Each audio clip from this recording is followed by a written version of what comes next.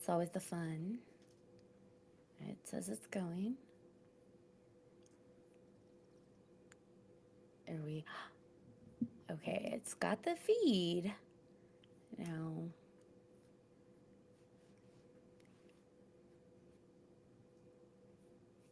apologies. I don't think it's broadcasting, right, John? I don't see it. Sorry, I forgot I was on mute. Not yet. I don't see it either. I don't Dang. either, and it's not Come on, letting me Facebook. Also, force. nice to meet you. Hold on. Sorry, I Yeah, just kind of I just did the jumped in same and was thing. like, "Hey, everybody." No It's problem. okay. Just talk amongst yourselves for a moment. It's live on YouTube. I told you they make it so much easier on YouTube. Yeah, YouTube, of course. Go Facebook is live like, now, Facebook. nah. Is it gonna go? Work your magic. Come on. Blah, blah, blah. Somehow we'll work in demon sex Just, in this at some point today, right? oh Lord. BJ. I already started. I'm sorry. I don't know. I don't know what. Okay, we're live. I already Yeah. know. Okay. Woo! That's all you had to, you had to just say that. Okay, there we go. Okay, here we It's like go. demon sex. Got it. Here we go. You're gonna get us cut off on Facebook. Stop. All right. What's up, ghouls, gals, and all of our unearthly pals out there? In today's episode, we'll be discussing the paranormal, demonology, and parapsychology with special guest Bill Slevin. Did I say that right? Yes. Yes. That's Yes. right. I should have checked that before we went live. Bill is a paranormal investigator, demonologist, and has been a part of over 1,000 residential paranormal investigations. Welcome to the show, Bill. Yes. Thank you for having me. I appreciate it. Yeah, very excited to have you on. It's always fun every season. I put out a post that's just like, hey, here's what kind of guests we're looking for. Is there anyone interested in having a conversation about being on? And I feel like each season we get more diverse responses. So when you Yeah. responded and you're like, hey, I'm interested, I looked at your website and I'm like, yes, let's do this. Yeah. I saw the post and I said, let me reach out because I like being on. I like being on a lot of podcasts. Anybody that wants to talk, I'm willing to come on and talk with, and I enjoy doing it. Yeah, I appreciate that. I think part of our goal over the last 5 seasons has really been to normalize these conversations, right? Right. Normalize talking about demonology and ghosts and paranormal and metaphysical and everything else in between.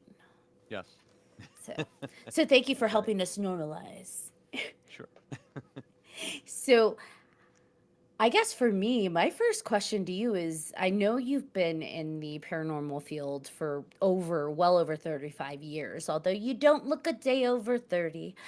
Well, thank you. But what got you started in, even being interested in that?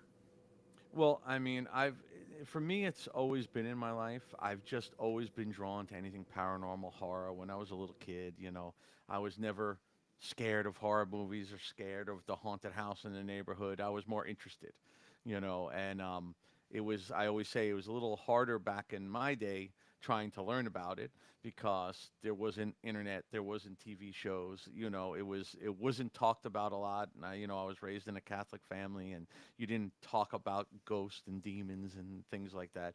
So it was kind of just me wanting to know more and some of the experiences I was having to learn if they were actually real or if I was, a little crazy or what was going on. And I just started, as much as I could, reading any book I could find in a library, trying to find anybody who would talk about this.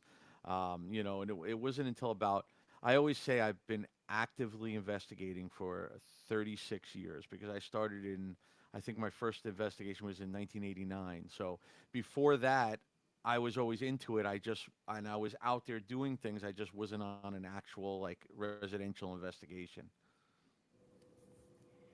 Yeah, and we're talking about the 80s. There wasn't a lot out there, right? Like in terms No, of even books, there wasn't a lot no, being publicized because especially back then, there wasn't really self-publishing where you could just flood it into the right? market no matter who accepted it or not. You had to go through publishers and be accepted. So the books were not common. Do you happen No, to they were remember not. some of the books? Absolutely. Neither was the equipment. So Fair. yes, And I have 33 years in the technology field. That's what I do. I'm an IT director. So I've learned a lot about technology, and I trust certain devices, even though I have cases and cases of stuff. But a lot of it, I know at least how it works and what sets it off and what triggers it the wrong way. Do you happen to remember any of the books that really kind of helped you jump off into that world? Um, that's a good question. You I'm know, just curious. yeah, no, back then I read anything I could find. There was stuff on like even on occult, um, rituals, like anything I can find. I think there was stuff back where I was reading on Hans Holzer and things like that. But there was not a lot to find. There was articles here and there. I mean, I was also young at that time, and going into a library, you were limited on what you could find and what you could actually research. And it was definitely, there's a lot more out there now. Yeah, all we had was Goosebumps in our, but I also grew up in the South, so they kept a lot of that out. Right. I grew up in New Jersey, so You don't say. I can always tell my East Coast friends by how they say horror. Horror. yeah. I All right. love it. All I right. love it so much. I'm like, say it again. Mufasa. Ooh. I've been I've been down here in Florida now, I think 28 years, but well, originally from Jersey. Okay. You know what I think's funny? I think about the books back in the '80s, and I think there's a lot more like sci-fi stuff, right? There's a lot more like space and exploration, that kind of thing, Yeah. is what it felt like, right? Carl Yeah. Sagan, that kind of stuff, right? Yeah, it wasn't there really wasn't a lot, and you didn't have internet, you didn't have things that you could research on, and like I said, people weren't talking about it then. So even if people were doing it, they weren't all writing books yet. you know, you had the Warrens, you had certain people that were around and did certain, but there wasn't a lot. There wasn't a lot to learn back then. It was tough. You had to find people. That was, Now, yeah. Go ahead. speaking of people, were you able to find people? Was that some like the community is growing larger and larger every year, but back then, were you able to find a community? It was hard. It took me years to really find anybody to go on a case with. That's why I say I started investigating in '89 because, and it was one of those things. It was a friend of mine who had a friend that somehow was brought up, and they knew somebody that needed an investigator for the night because one of their friends, they had three people that were investigating, and one of them was sick, so they asked me to come along on a case. So after that, it got a little easier because I got into a little bit of a group with a few people, and I found, some other people that were investigators. But it was tough at first. It was very, very hard. Well, and you mentioned the Warrens. I listened to one of the podcasts you were on before, and I was wondering, how did you get in contact with them initially? Yeah. So now there's a few things with the Warrens. So when I wish I could say I met Ed and Lorraine, but I did not. I hadn't. I was not. I knew of them. I knew who they were. I knew a lot about them, but I had never met them personally. I got in touch with Chris McKennell, who's grandson of Ed and Lorraine, and I forget how I wound up getting in touch with him a few years back, and he was explaining to me about the Warren Legacy Foundation that carries on the legacy of them. So he asked me to be on, and I came on as a member.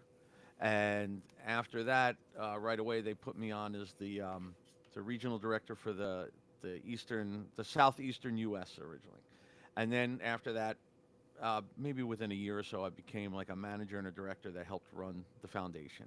I was doing that for about 3 years. I just honestly just recently left, and there may be some new things coming on in the future that still involves the Warrens. But I met so many great people. I have Joe Frankie, who's a great friend of mine now too, that worked with Ed and Lorraine for 36 years, and a lot of people that are actually people. Some people on my team I found through the Warren Foundation, because I got members on my team all throughout Florida, Georgia, Nebraska, um, New England, UK, Italy, Greece, so and Brazil coming this year. So I got people all over the place, and a lot of people I met in the foundation that are great people because they're all great investigators. They're not, people that believe every sound and everything is a ghost and a demon. And they know how to really investigate. So it's good to have like-minded people like that you could talk to and everything. Yeah, it sounds like you're missing Colorado in your team, Bill. So, we've got like an ample supply of Colorado investigators for you. So, I volunteer. really quickly, Dano says, I believe it's Dano, says, "Hey, Bill." We also have Raymond chiming in saying that I read books on the occult from middle school library here in Kentucky. So that's cool. We've got some people participating, and feel free, guys. Anyone that's listening, watching, like if you want to drop comments in the chat, if you have questions, anything you want to ask Bill, let us know. We're happy to ask him and have that conversation for you. Yeah, see, V, that's my wife. LV. Okay. She is, she's on the team technically, but she doesn't investigate. She's a energy healer and a Reiki master, so she'll help with our clients that need energy work, but she doesn't like the investigating part. Heavy. I can relate actually. So John and BJ, they love investigations. More and more BJ's getting into investigations and exploring that world. For me, not my favorite thing to do. However, that also is kind of one of those double-edged swords because it's not my favorite thing to do, but I'm also highly sensitive. So Right. they're Yeah. like, Ash, you gotta come. Tell us what you sense. And I'm like, fine. She she came once recently because she was very interested. Like she knows about Spirit Box and she knows about what the Estes method is, and we do a thing called the Delco experiment, which is the Estes method with the Delco goggles. And she's seen our videos, and she actually came out because she said, "I want to try this because there is no way that they can't hear what you're asking." She did not believe it, and she didn't believe that there was those things were going along with what we were asking, and nobody was hearing each other, and she did it, and she was pretty surprised. She couldn't hear anything, and she was spitting out stuff and hearing stuff, and it was going along with what we were asking. And I don't know if she'll come back again and do it, but she did it because she was curious. Do you know why? Because that's one thing you had brought up before is the goggles as part of it. Now, with or without the goggles, what does it do? So the Estes method, Well, I know what that is, but I'm just talking about like the adding goggles. the goggles to it because I've done Yeah, the S's method without, and just closing your eyes and just sure, sure. Yeah, they used to use just a blindfold. So Mike Del Coro from War Party Paranormal here in Florida, he's the one that created the goggles. And what he did was he took it's an experiment from back in parapsychology called the Gansfield experiment. They used to take ping pong balls, cut them in half, put them over people's eyes, and hit them with red light deprivation to enhance their psychic abilities. And there would be somebody like in another room looking at a picture, and they would try to get them to see what they were looking at. So it's believed that the red light deprivation, helps your abilities. So all he did was just add the goggles instead of a blindfold to try to give you that red light deprivation. And I'll tell you, we've seen some really, really amazing results with it, especially for people who are sensitive and psychic. They see more. I guess the red light really enhances their abilities, and it's been pretty impressive. I like it way more than the blindfold. Yeah, I think that would be fun to try. I've done it a few times on different things. Like we do it. I mean, it's obviously not the SS method if everybody can hear it, but we try Right, to right. do both, right? Because like it's kind of fun. Like if sometimes it's just one person, or you just switch it to have somebody else listen, take turns. But then we'll Right. just have everybody listen and see if that does anything, and we'll have like a couple different spirit boxes going to see if they're syncing up at all or if there's any kind of. Right. And so I don't Well, yeah, know. because there's so much controversy behind the spirit box, because there are sounds coming from the radio stations. But you try to explain to people if you ask a question and they answer even anything more than one syllable, there's no way it came across that one, those multiple radio stations. It's not a radio thing. But that's why the Estes method helps kind of change that a little bit. I'm not saying it's 100%, but it helps, it takes a little bit out of it because our minds are trained to hear things. So if we're in a room and we say, did you live here or work here? Every person in that room is now, their mind is focused to hear, live or work, So it takes that out of the equation because you're just yelling out anything you hear. And if it goes along with what we're saying, it's questionable there. I know some of them have been, at least with us, have been a little.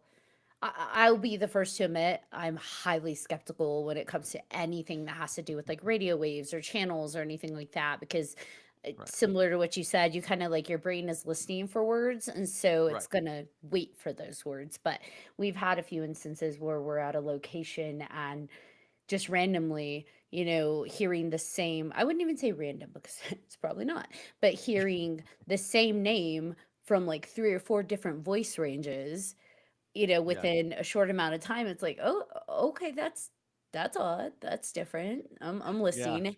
And then all of them together laughing. And it's like, oh, I don't think it's supposed to do that. Please take your headphones. Right. Right. Yeah, there's been some very interesting stuff with the spirit boxes and the SD method and Delco and all that. I just it's I like I said I have 33 years in technology, and I know how a lot of this stuff works. I'm not saying it can't be something, but to me, if I can explain it naturally, then it can't be considered paranormal. So that's why I love audio. Audio recorders to me, are the greatest piece of evidence you could have. Especially, I know a lot of people don't like the older ones. I like some of the older ones. I just think they work differently. I think the HD filters out the ones that are new that are for HD. They filter out that background noise, which is what I believe they use to communicate. So I think the older ones are a little better, and you can't really manipulate those. I mean, half of those, I go through a nightmare trying to get stuff off of my DR60 onto something outside of that DR60, because you need a mono cord into a stereo cord into another recorder, and Oof. then you got to play and record and play, and it's a real pain. But that's the only way to get it into something to try to enhance like the quality or whatever. But What do you think of like the like so like I use just like Zoom recorders, just like mm, nothing, nothing fancy, just like the H1Ns, like they're just, they're little just digital right, recorders. But those I think were fine, right? yeah, They're I not filtering. There's no like I mean you could turn on the low cut filter and all that, but I just leave all right, that right. off, right? Yeah, some of the really expensive ones that are made to really, filter everything out, and there's good and bad things to it. If it's filtering out background noise, that's always good, Yeah, right. because some of these things can be very, very sensitive. Like I was talking about the DR60. I like it. It's interesting, and we've gotten some amazing captures off of it. Really, really clear things. But you have to understand that the recorder has a flaw, and it has issues, and 9 out of 10 times it's going to spit out a whole bunch of staticky garbage. You know, as long as you can decipher between that, they're fine to use. If you want to go spend $4,000 on a $20 recorder now. So, Bill, But we have a yes, few comments. yeah, Robert, well, actually, I'm going to start with the second and go back to the first because you warned us about the first one. So, yeah. So I know who this is already. so Dano asked, "What about Ovulus?" So the Ovulus is another one of those interesting devices. It does use a word bank, so you have to take it with a grain of salt. Everything that comes out of it is not going to be. I mean, if you turn it on, it's going to start spitting out words. It doesn't do it all the time, not like the phone apps. But it will spit out stuff randomly. If it goes along with what you're asking, then I would say, yeah, it can be considered, possible evidence. Now, if you get direct constant responses back and forth, and you're in a place where this guy John was there and he died in the house, and he's saying his first name and his last name. You have to go by what it is, because it is a word bank. Um, so I believe it to, like, for instance, we were at a place. It was Flamingo Gardens down in Davie, Florida. It's like a zoo, and we were allowed to go in one night and investigate. And they have an old house that's the museum from the original owners, and inside they had old record player and all their old stuff is there because it's a museum during the day. One of my teammates was holding the Ovilus, and he saw the record player, and he goes, "Oh, what kind of, did you listen to music? What kind of music did you listen to?" And it spit up and it said Edison. And we're like, Edison? And we looked up at the record player, and it was an Edison record player. So it's things like that. Like, that's a pretty random word. Again, it's coming from a word bank, but it's pretty random word that just happened to come up at that time. I mean, I didn't even see that. So things like that with the Ovilus. Do not use Spirit Talker. Don't get me started on the apps. But you know, that's a whole nother story. But yeah, Ovilus, I like it. It's fun to play around with. I wouldn't bring it into a residential investigation. I only use audio, video, and environmental stuff going into a residential, like stuff that checks temperatures, EMF meters, and we're not using EMF meters for yes/no questions. We're doing them for baseline readings around the house to see Okay. where EMF is coming out of, if they have unshielded wires, things like that. So I like to play around with those things when we're out on public investigations, but I would never use them in a residential. That's super smart to use those to gauge where parts of the house might be hot due to natural Yeah. circumstances. So then we have Robert Hoffman, Oh, who geez. says, "Hey, Bill, explain orbs." Of course he does. Rob is on my team, by the way. um, do we want to go into orbs? Didn't Let's you have a do it. question? Well, I have Orbs a is a Let's do yes, hot it. topic. absolutely, because I have Yeah. a question, and I have an It's orb about orbs. that I captured, and we'll kind of see what you think about it. But yes, please All right. explain. So when I'm lecturing, especially, I go into a section of orbs, and a lot of people are very interested to hear about it and like what I have to say, and then I lose some people. And Dano there has been to many of my shows, and he'll know. So all these things you see on the Ring camera, on your security cameras and everything, they are absolutely not ghosts. Now, okay, I don't want, I want to take that back. Wait a second. Wait a second. I don't want to say absolutely. I will say 99% chance of not being a ghost. I can never say any. It's 100% not, because we don't know everything. But real orbs were around for a long time. They were called either spirit balls, energy balls, things like that. I've seen three in my lifetime. They are extremely rare. They are solid 3D balls of energy. They pull the energy from the room. It's believed to be a spirit or a demon trying to manifest itself into the area. So they pull the energy from the room. And that's why I don't know anybody who's ever captured a real orb on film, because it pulls the energy. It drained every battery. You can feel it pulling the energy from your body. And the first one I saw was on a demonic case, and it was amazing. It went from like a golf ball to a softball size. It moves around very intelligent, and it emits its own light. It doesn't reflect light, so it's like I say, it's like a mini sun. It actually lights up. So if you had security cameras or your Ring camera and a real orb floated into the room, it would trick your camera into daytime mode, because it would be like turning a lamp on in the room. And it can't be. That's why, because it's 3D energy and it doesn't reflect light, it cannot be flat, it cannot be transparent, it cannot be translucent. The things that they see on the camera are bugs, dust, pollen, dander, hair. I mean, anything you can think of flies by those cameras. And because the cameras are what's called fixed focal lenses, they can only focus at a certain distance. So anything too close to them becomes round, transparent, blurry, and it's like spiders will look completely like a round circle most of the time. And they'll be transparent, because the camera doesn't understand the infrared lights are bouncing off of it and making it glow. So it tricks a lot of people, and TV and the internet have kind of confused people because it is the easiest thing to capture. So everybody will go with it because it's going to give you views, it's going to give you, people watching, whatever it is, Um, and whatever. I mean, look, there's paranormal entertainment and there's paranormal, and I have no problem with both. I've been on shows, I like the shows, but orbs are real. They're just very, very rare.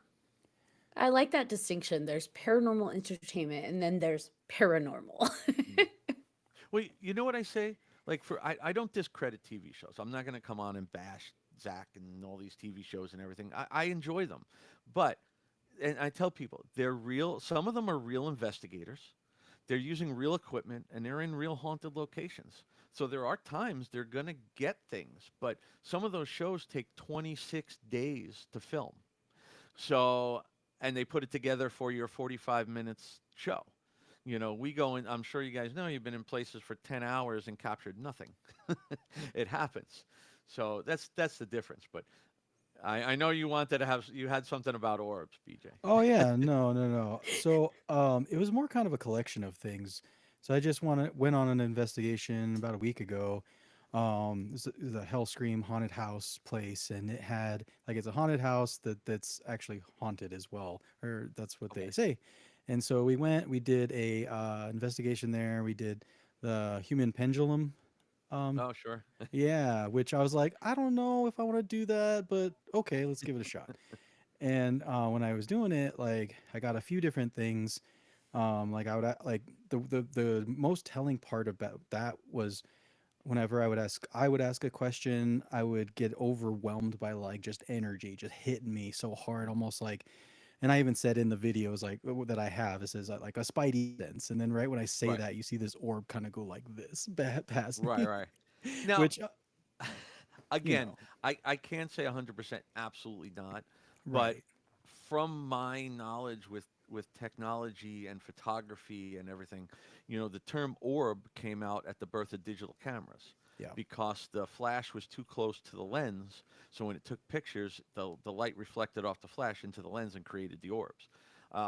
So most of the time, it's not going to be anything, because of what it is. And and the main thing is when this orb came by, the orb was on the video, correct? yes, Okay. A real orb you will see with your eyes.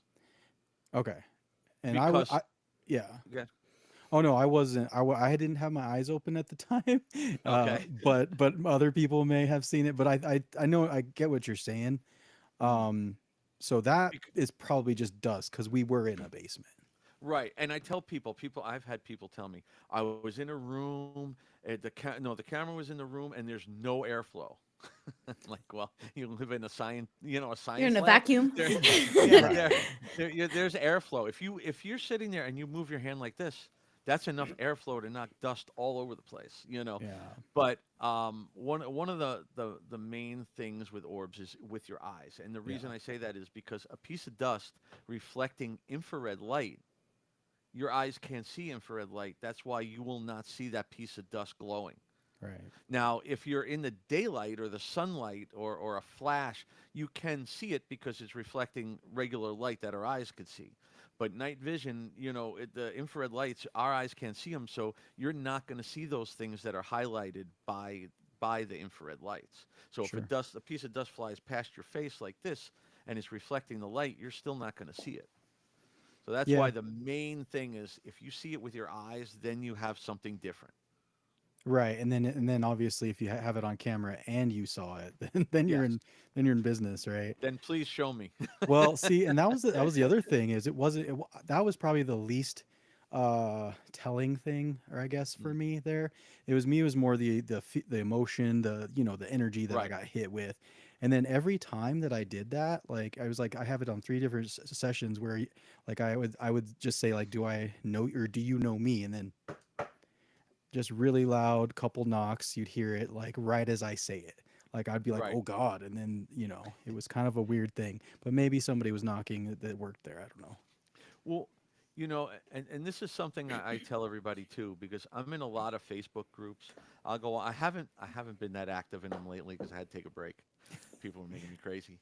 I go in and I try to be nice. I'm very professional, very polite. If they'll post photos and they asking for, what is this? What could this be? I go in and I try to tell them. Unfortunately, they get really pissed when I tell them it's dust or something, and I get screamed at and called all kinds of names and whatever. No, no. But, one of the things I explain to them is your experience is completely different. An experience is different than a capture. Yeah. An experience is a lot easier to have than a capture. Maybe that orb flew by what you think was an orb, and maybe something was going on at the time and you felt it or you experienced it, but it doesn't necessarily mean you captured it. No. And No. it's two different things. I Yeah. mean, I wish I could show these things and I can't. But when you see it, if you get the lucky experience to see one in person, then you will understand completely. You'll say, "Ah, I get it. I I think get I it now." I think the sounds, because even visually, like stuff that you see visually can stuff can play with your eyes, right? Like shadow figures and all that Sure. kind of thing, right? But like audible stuff for me, or smells, like something that you can hear or see, and that Hmm. those are like for me the biggest, like, oh God, like there's something else here, right? Right. Especially like Yeah. the knocks. If you hear knocks, it's like, what? Nobody's knocking. Like, why would somebody just be knocking? I mean, maybe they're messing with you. Maybe the people that are there, right? That's the Right. easy And answer to that. But right, as long as you're in a controlled environment. yeah. A lot of people ask. Well, one of the questions I get a lot is why do you go at night? Ghosts are only out at night. And Yes. yeah, well, yes, they're only there at night. No, but they're there all day. But the thing is, you have less interference. People are sleeping. People are more quiet at night. There's not as many cars going by. There's many things, and then also, like you were saying about the way you see things with your eyes, sunlight is a horrible, horrible thing when you're trying to investigate in a place, because that slightest bit of sun coming through a little crack in something can create the craziest of shadows in there. And if you're not paying attention to every little bit of sunlight coming in, it could trick you, really, really good. I've been tricked many times by that stuff. So that's a lot of the reason, including the fact that we're using stuff that's using infrared and full spectrum, which it's believed that the spirits appear through there, that things our eyes can't see. So we're using something to enhance it. But I've done it during the day plenty of times, and captured stuff. Just quickly with the light thing, you talked about Yeah, infrared. When I go on paranormal investigations, like I'm not using the a camera I'm using like a low light camera, so I have to have some light to be yeah, showing me around. I usually use like either just like a dark, or like a purple, or like kind of like what I have here, like purple or a dark blue. Is there sure. any specific color that I should be using? Does it matter? Um, there's a lot of people that go toward the red for some reason. My whole room's red, but no, it's not really. That doesn't matter. I mean, keep it at a low light, because if you put like I have the Phasm lights from Ghost Stop, which in my opinion are the best, some of the best lights out there. That little tiny Phasm light will light up a massive auditorium. It's amazing how much IR light that puts out. And then on the back with their full spectrum, you can set it to any. It has lights to set to any color you want, pretty much. So it doesn't really matter. It's more to what you like. I have never seen something specifically that stands out more than the others.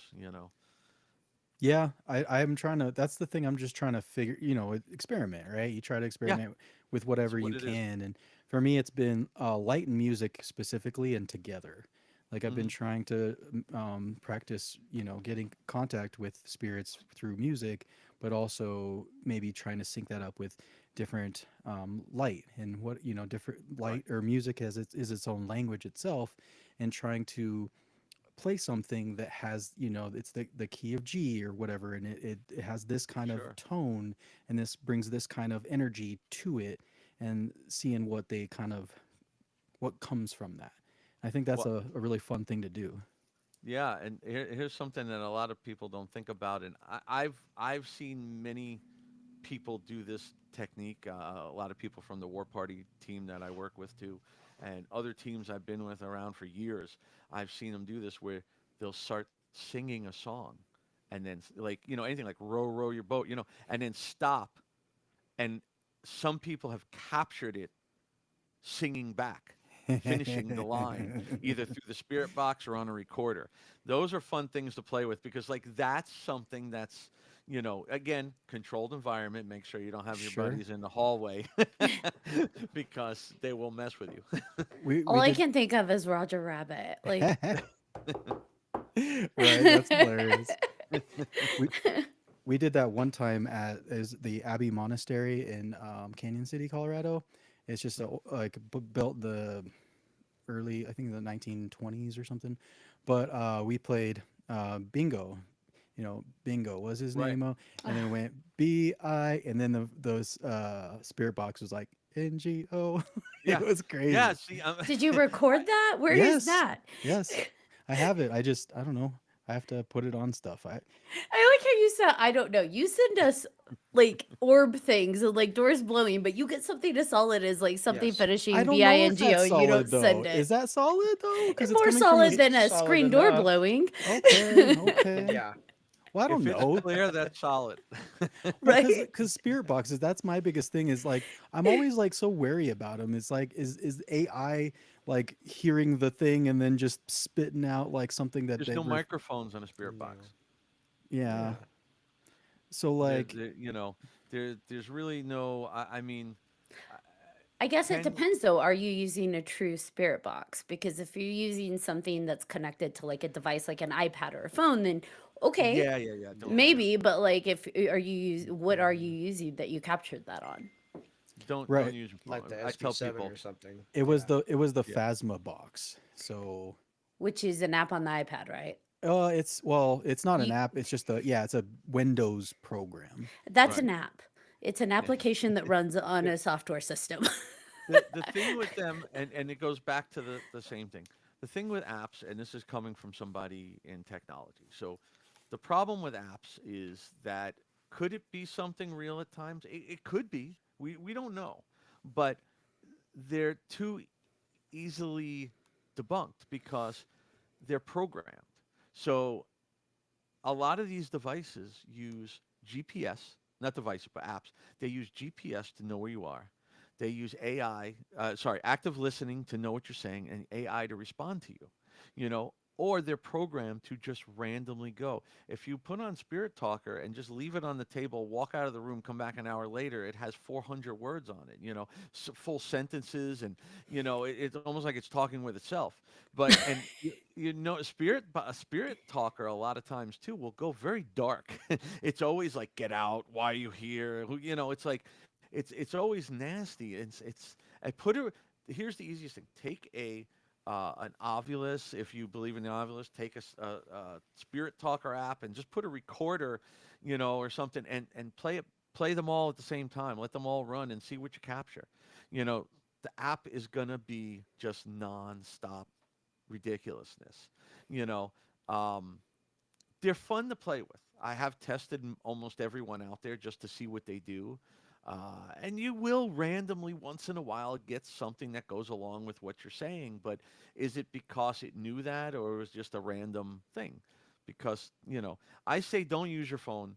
I wouldn't even say use it as a audio recorder. I mean, if you have to, you have to. But the problem with a phone is even if you have it on airplane mode, there are a ton of apps and software in the background running all the time that make little tiny noises, vibrations, things that you wouldn't even notice that's going to contaminate the evidence. So when you come to me with something that you recorded off the phone, it's hard for me to say because I'm going to lean toward that saying, how do you know that it wasn't something from that phone? Because it's a totally uncontrolled environment, the phone, you know. I have taken it out and recorded video with it for something like I had when I first had my SLS camera and I was playing around with it. I didn't have the screen record, so I pulled out my phone and recorded with it. But you I would say don't use apps. There's certain things that I'll talk about at these lectures: apps, orbs, and flashlights. With See, and that, that's yeah, that's go ahead. part of like my struggle with anything that is app based or software based or Yeah. something, a program that has been scripted and written by a human being, is that somebody had to program that. They chose a bank Right. of words or a bank of sentences. Um, you know, short of looking into the coding of whatever system you're using to see where did they pull Okay. their database from, like where are they pulling that from, it's really hard to then be able to, like you said, control the environment and say, okay, well, Hmm. I know for a fact this is what this is doing. I know for a fact it isn't Right. capable of that. Because unless you know the coding and how they programmed it, other than what's in the description, you really, without a doubt, can't say, I know for a fact that Right. this is the case. And yeah, that's the problem with them, because if you have, and I know there's people out there with some of these apps that made them and swear by them, and they're, uh, okay, put the coding out there, show everybody the code. I know, of course they're not going to do that, and I wouldn't expect them to, but also, like, people go, oh, it's better than, say, the Ovilus. Okay, and again, I take the Ovilus with a grain of salt too, but Ovilus is what, $500-600, and the app is what, free or 299. What makes you think that the 299 phone app is some massive connection to the spirit world? That's how you have to look at it. We can program, and with AI now, I wouldn't trust anything that comes off of a computer or a phone or anything like that for ghost hunting or investigating. You can't now. There's AI is crazy. You're gonna have enough trouble trying to decipher a video now. Well, and at this point, all apps are to an extent data mining. Yeah. Not in a paranoid way, but just they're data mining because most companies sell their demographics and information so that they can continue building their, Right. applications. And so it's like, what how we're interacting with it is also being to an extent monetized. So it's really kind of hard to trust that kind of stuff and say, It yep, is. we're connected to the spirit Ooh, world. that Right. that gave me a very bad idea, but like also something that can make a lot of money. A That Oh bad no. good idea. bad good idea. A But bad like, good idea. there's places that are haunted, and they're like, hey, check our place out. Use your whatever app to come in, and then every time they come in, it's the same story, it's the same words, it's the same demon, it's the same Right. whatever, right? And then they're like, yeah, we have a reputation here, just check it on your box, on your spirit Reputation. box. Like, it'll tell you exactly what's here, and if it's Right. always the same, Yeah. it's The like, oh, they yeah. got proof, oh, we made our night. And I The bet thing that that's gonna happen, right? Yeah. Well, the thing that drives me the most crazy with, like, TikTok. I love TikTok, but the people on there. I'm sorry if I'm offending people out there that are taking out the Spirit Talker app, and they're going out to the cemeteries all day long, and they're on lives for 4 hours at a time, and they're walking up and they're talking to every tombstone. And the thing's talking back to him and like, yes, hi John, how you doing? And I'm like sitting there like, oh my god. And there's a million people going, wow, that's unbelievable. And, they're sending money and sending gifts, and I'm like, again, paranormal entertainment, paranormal. So you've started Go quite ahead. a conversation on Facebook, Bill. Thank you. Anita says, greetings from Manchester. Um, but Bob says he has footage of Dr. Bill using or I'm sorry, Robert. I don't know why I said Bob. Ah, Robert says, I have footage of Dr. Bill using an app. I smell blackmail. ah, And another, Dano says, Bill has approved of my audio on my phone and orb pics. You're being called well, out, Bill. yeah, I see that. Now, Dano, I never said that was an orb. Let's get that straight. But I didn't. Uh-oh. I said the picture was interesting and there was some things to the picture, but I never said you had an orb.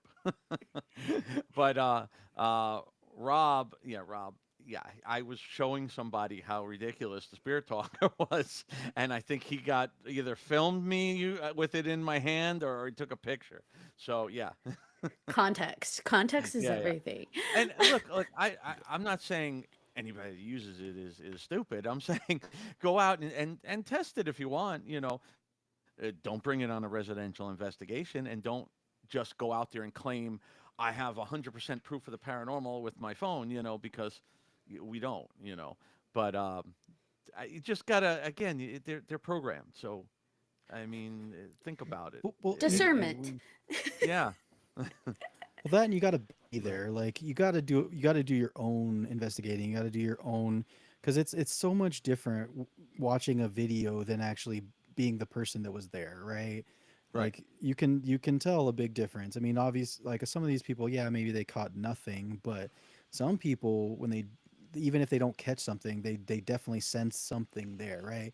Like Right. on your one of the podcast you were on, you talked about being an empath, and we are definitely empaths too, and I'm glad I don't see or or anything, but like I definitely feel stuff, and it's how do you quantify that? How do you be like? How do you go in here and be like, yeah, I didn't catch anything, but I definitely felt a presence that Right. wasn't a That person that's alive. that's the problem in our field, is that we can't. I tell everybody all the time, the best captures are never caught. I can tell you stories all day long. I don't expect you to believe them because you weren't there. I tell people you have to be there to experience it, to see it, to understand. I can tell you some of the craziest things on the handful of demonic cases that I was part of, where I was, one where I was knocked clear across the room by nothing. So, can I prove that to you? No. Do I know what happened? Yes. you know, um, so it's one of those things. Yeah, it's a tough thing in this field because we can't prove it. I hope someday in the future we're going to have a little more, to prove. Now we have to debunk, hoping that something could be evidence. Hopefully we'll have something eventually where we could say this is evidence. We don't have to think of 8 million natural causes for it. I guess it depends too what your intention is, because if you have people that are empathic or have gifts that you can't video or audio record, or get that hard evidence very easily, the question would be, who is the evidence for? Because if it's the Right. person with the gift is on an investigation and they're there to help clear home, they're on a residential investigation to help, figure out what's going on, then maybe the audio video proof isn't as important as whatever the initial intention is. Now, if the Right. intention is, hey, I want to prove it to the world, I have these gifts and ghosts exist and I need that external validation, then yeah, that's going to be very tricky with the equipment being used the Right. way it is now. Not to say the like technology can't do it, we just haven't figured out how to utilize it in that way. Right, because now most of the technology is just being used by like a lot of YouTubers that are going out there and screaming demons and everything and jumping and running and it's, again, that's not for research. And I'm not saying don't go have fun with it. Like I said, I watch the shows. I have fun. I go out, we do things, we enjoy ourselves doing it, but if you want to really learn about it, do actual research. Go out there with different types of recorders. I have like, I don't know, 50 plus recorders here. I have stuff with old micro cassette tapes. I have test them all. Test things out. Bring your Spirit Talker app and put it next to the Ovulus. Bring you know what I mean. Test everything and try to do research. Don't just go, look, I captured an orb. It's a ghost. Try to figure out what it was and see if you can find a reason for it, or could it be something real, And also, if you go online and you're going to ask for help, accept the responses. No, you're wrong. It's a Yeah. ghost. Oh my gosh, BJ is so used to that from me. He'll send John and I Yes. stuff. Look what I caught. And I'm like, but what about this? So did you consider Mm. that? And he's like, it's a ghost, Ashley. I'm like, but But is it? somebody turned the light on and the light went on. Yeah. Light, Yeah. that light is electricity. No. No. Well, there was like not to call you out because it's not a call out, but it was like there was one he sent us like an audio clip of this guy in the hallway, and he's like, Ashley, there's a response of this voice, and it's saying this, and when you said people listen for what kind of their subconscious intention is or what they're kind of hoping to hear, it was kind of that they were in this, I think it was like an abbey, and they thought that they heard the voice say, he is a sinner or something like that. And they're like, see, it fits. They're in an abbey and he's being called out. And I was like, hey, did anybody boost the audio? And he's like, what? He's alone. There's nobody else. And I'm like, but did you boost the audio? Was he really alone? You said there was like 20 investigators there. He may have been alone in the hall, but sound carries acoustics and all of that stuff. And so Right. I boosted the audio to, I think it ended up being two women's voices, and one of them whispering, is this it? And one's like, yes, we found it. It's so disappointing when you think you have something really good and then you find something for it. I mean, that's the best way to do it, but it's also disappointing. You know, we But all BJ want to get also wanted to kick me. He's like, yeah. shut up, Ashley. He's a sinner. And I'm like, sure. Well, it's also like it's good to get debunked so that I'm not scared anymore. That too. That too. It's also the way you learn. Yeah. If these people, like for instance, in the groups, they every time they post their orb video or their orb picture, everybody in the group tells them it's a ghost and a demon and their grandmother and their father and their mother. That's what they think it is. Now they're out there taking pictures all day long, and I had people argue with me with literally hundreds of orbs in this picture. And I tried so hard. I'm like, you're outside. I said, it's pollen. You know, it's pollen. It's their security camera, and Achoo. they would not accept it at all. And I'm like, so you really think you have like 400 spirits, just like they travel in groups, and they just float around from house to house? I mean, I don't understand the logic in that one, but people want to capture something so bad, and they want affirmation of what they believe so bad that they don't care. I get people, they'll be like, well, why should I believe you? And I'll tell them how long I've been doing this, who I am, what I know. Oh, so you have an ego. I'm like, what? You just asked me. A healthy ego. So Yeah. I roll with the paranormal posse. I have like 500 ghosts around me at all times. Now, speaking of, demons, Yeah. part of your specialty is demonology. Now, how did you first, it's a two-part question, but how did you first get into that field? And I don't know. I did read, I believe, that one of your first residential investigations involved like a demonic attack. So, how did you get into that field, and how do you do that without, I guess, how do I ask this? Yeah, Because I I know don't, that's it's based on an assumption. How do you do it without fear? Because you may right. have fear, but I'm assuming No, if you've been rolling it, in it this long, you don't. well, I'm gonna tell you this. If somebody tells you they have no fear going into a demonic case or anything with a demon, they have never encountered it. There is no way you can say, look, a ghost, a spirit does not scare me anymore. I've done this for a long, long time. I get touched and pushed and things all the time, and nothing frightens me at all like that.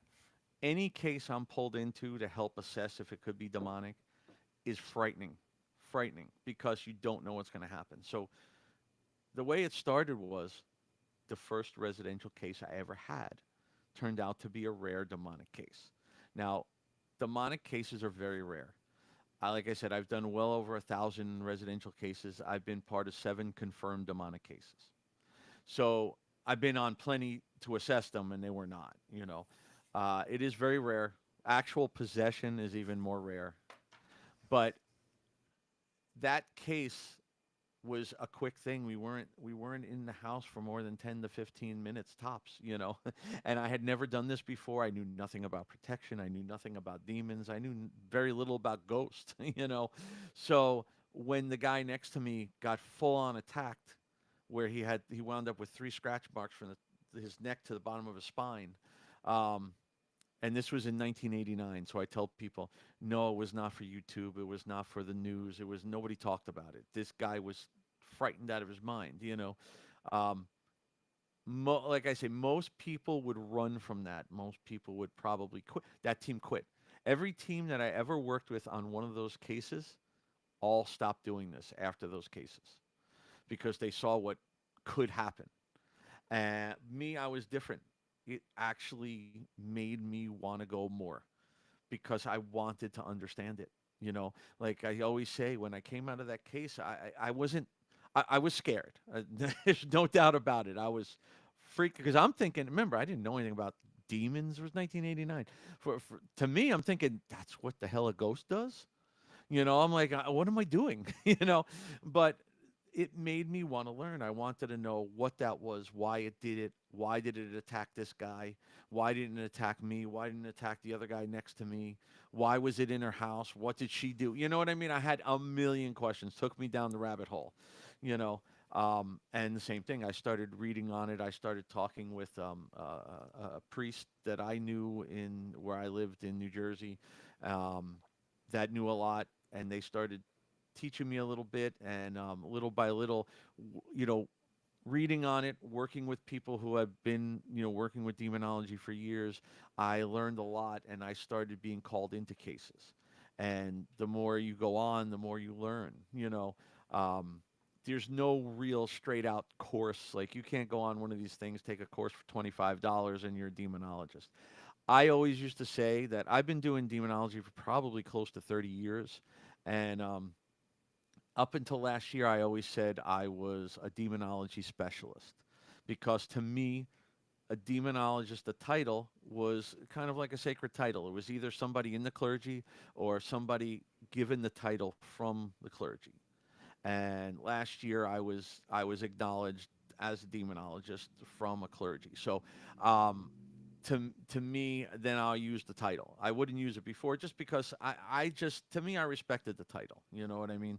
So did I do the same thing as an actual demonologist? Yeah, you know, but I never used the title because then you know, especially nowadays in the paranormal, there's a lot of drama too.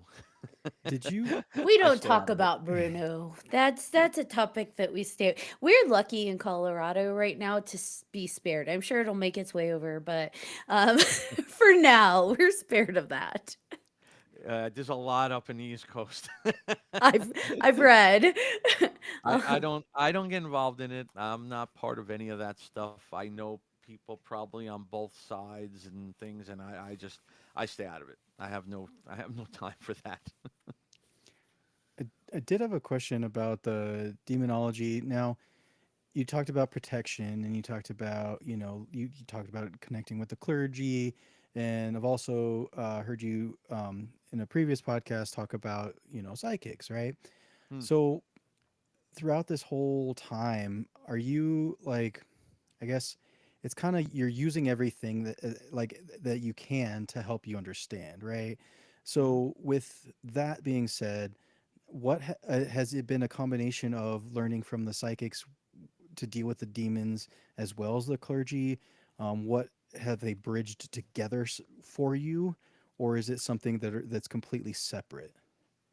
Um, that's a tough one because with with psychics, I've been around where they helped confirm something, but for me, if I'm in a case that's trying to determine if something could be a demonic, attachment or entity or whatever, or infestation, whatever it is, um, I can't just rely on a psychic telling me, even if it's a psychic I trust 100%. And I trust them in many, many things. But when it comes to the demon side of it, I have to do my tests to help me because demons, ghosts, and spirits, they're out there. They're going to interact with us. They're going to do things. Demons don't like. Okay, sage, Palo Santo, things we use to cleanse a home. I use singing bowls, crystals, all kind of different things. That does nothing to a demon, and you wouldn't even know he was there. So you need to use religious provocation in order to call the demon out to know if it's a demon. So if I have a psychic with me and they believe it's a dark or demonic entity in there, I'm still need to do my test to see how it reacts, just to see because everything lies. Demons lie, ghosts lie, they all lie. So a lot of them will mimic each other. So you kind of need both. I mean, honestly, just the psychic telling me there's a demonic entity, which helps a lot. I still need to do my test. I wouldn't just go on that. Why do you suppose demons need religious provocation? And is there a specific one? Like, do you have to identify the demon to know which religion to provoke it with, or is it any religion? It kind of, every religion has their own beliefs in demons. Some believe, some don't. Jewish faith, they don't believe in demons. They believe in divics, evil spirits. So they're similar, but they're not considered demons. So the thing is, it's what you've learned and how you've studied it. I studied mostly, Catholic demonology. So for me, a demon is a fallen angel, that are in a hierarchy that work up to the devil, So for me, the only way, and I'm going on my faith. So if I'm going in there and I'm protecting myself or I'm calling it out, I have to use my faith. That's the only thing that's going to protect me. So I need to call it out to see what it is. If obviously if the person is that we're in their home and they don't want anything Catholic in there or anything Christian or whatever it is, they're Jewish and they want, we'll work with them. And we have people, on my team and other people I know that work on every type you can imagine. But if it comes down to it where we're there and I need to protect myself or protect everybody in there, I'm still going to use my faith because that's what it is. So for me, they are fallen angels, and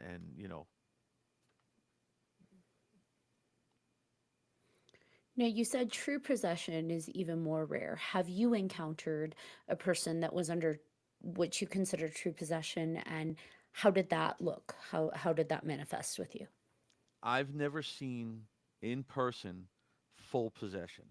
I've seen where most of them were at the demonic infestation into the oppression stage, and I've seen it where it did take over a person a couple times, but for very short periods of time, and it wasn't attached to them yet. It was just kind of using them to get to us.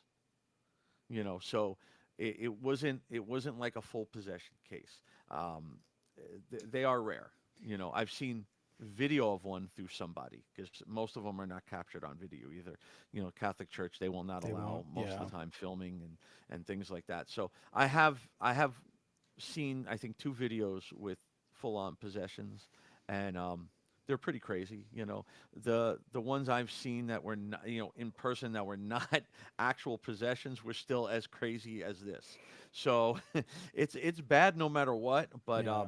full possession is rare. And again it goes by your beliefs on what you think. There's Christians that believe there are no such thing as ghosts and spirits. It's all demons and all the devil.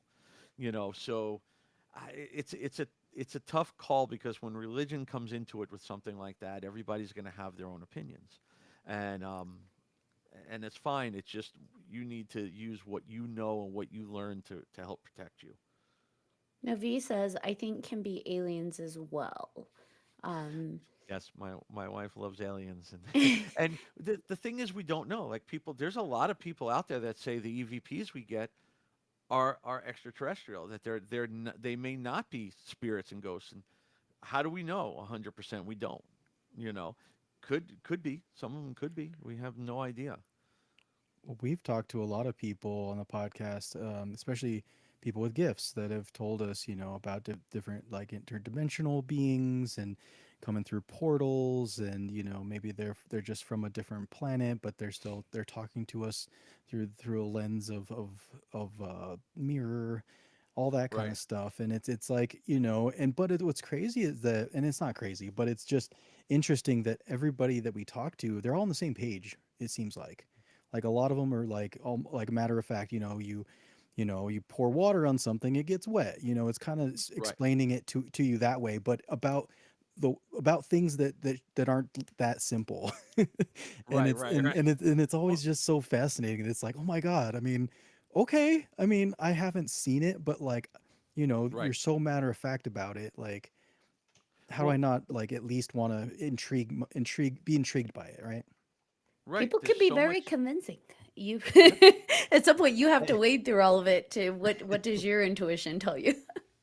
And there's so much out there we don't know. The paranormal encompasses a whole lot of things.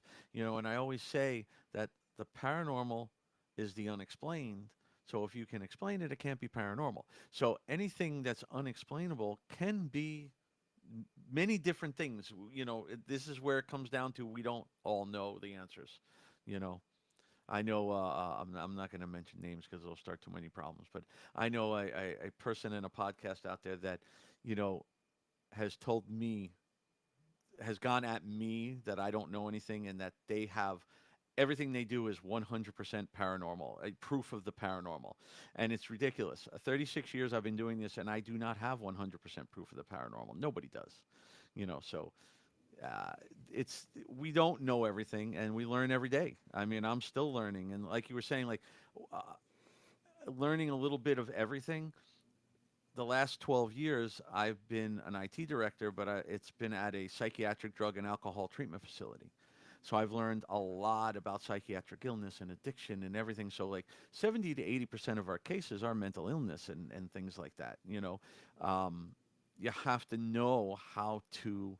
That's why I tell people if you're going to do residential cases, learn what you're doing. That's where you could go out to a local abandoned place or a haunted location and have a ball. Take out your stuff, take out your spirit talker, whatever you want to do, and learn and research and have fun. But if you're going to a person's home, now you're dealing with people's lives. Hmm. And you really, really need to know the difference. And sometimes they mimic each other. A demon can easily mimic a mental health, issue. And the same way, other way around, or it could be both. But if you don't know how to tell the difference or how to at least talk to the people and ask, and maybe ask them, we ask people for psychiatric evaluations and medical evaluations to continue their case if we feel there could be something there. And we tell them, a lot of people don't want to tell us if they have an illness. And it's not like we're going to tell you that's your problem. We need to know that so we could help determine, is that what it is? Is that what's causing it? People with illness, mental illness or addiction, they're actually more susceptible to attacks because they're already oppressed, they're already broken down and they're easier to take over. So sometimes they're more susceptible to attack. So it's those type of things are important. I always say, if you went into the house and the person said, I'm hearing voices, I'm seeing things, all the normal things you would get from somebody. And the team goes in there and they don't know anything but what they watched on TV. you know, they're going to go, oh my God, there's a ghost in here, whether they can get it or not. And then what are they going to do? They're going to cleanse the house. Or some of them are going to say it was a ghost, it was a demon. Maybe they don't know that the person was schizophrenic and they were off their medication, or just it was their schizophrenia just acting up. And now they told them that those voices they hear are demons. And when they leave the house, that cleansing did not help their illness. So now when you leave, that person still has the voices, and now they're going to kill them. So it's very very dangerous sometimes to play with around with people's lives like that. So yeah, it's good to know a little bit outside of it. Like I have a fully licensed psychologist on my team.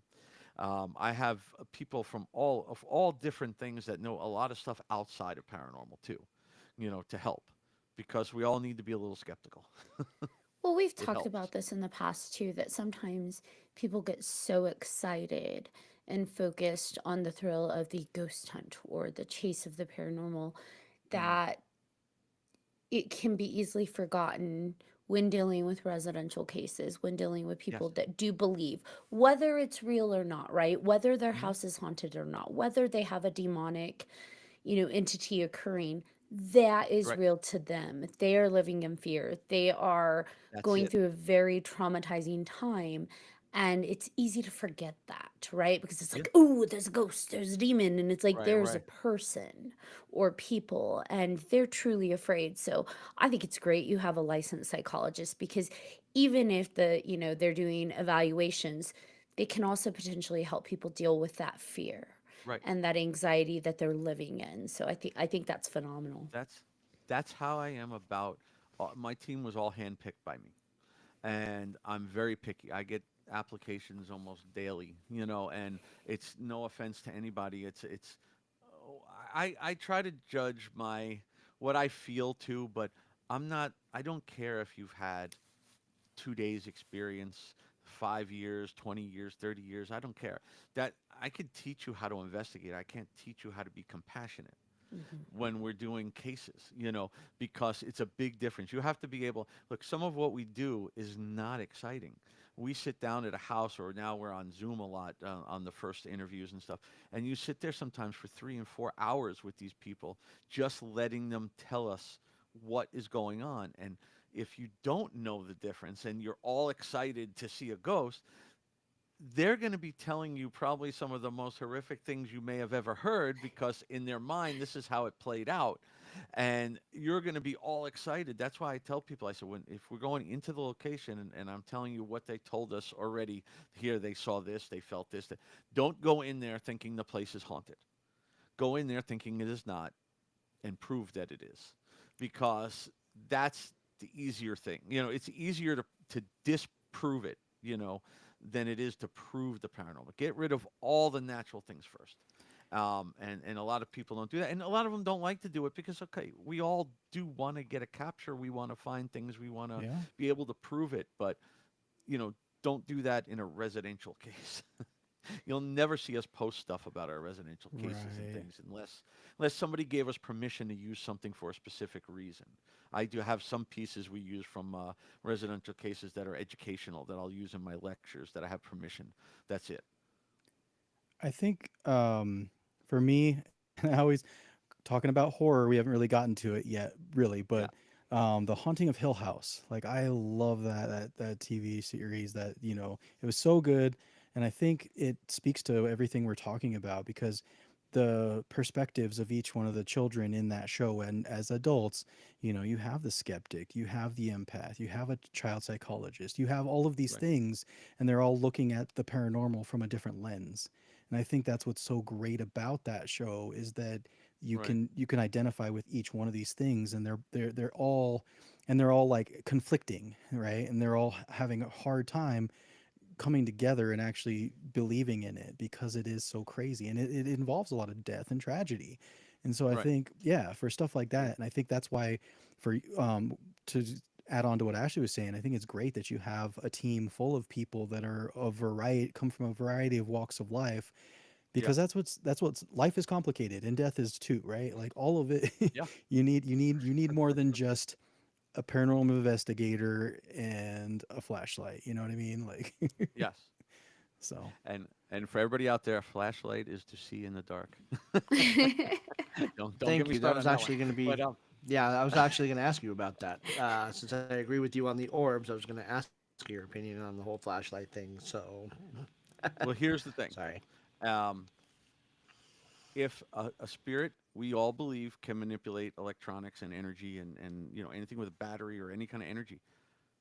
So put the flashlight down, a push button flashlight, anything, and ask it to turn it on. I know people who have had captures by their flashlight turning on, and they have a push button flashlight. If the spirit God. wants to turn it on, it can manipulate it. But when you take something and you unscrew the top until it just breaks the electrical connection, people don't realize that all you need is a 1 degree temperature change either way to make that case expand or contract. And that's why if you sit there asking 50 questions, eventually it's going to turn on during one of your questions because something in the room made it turn on. And again, TV shows created that effect. And it's great to play around with and everything. But again, it's understand what you're doing.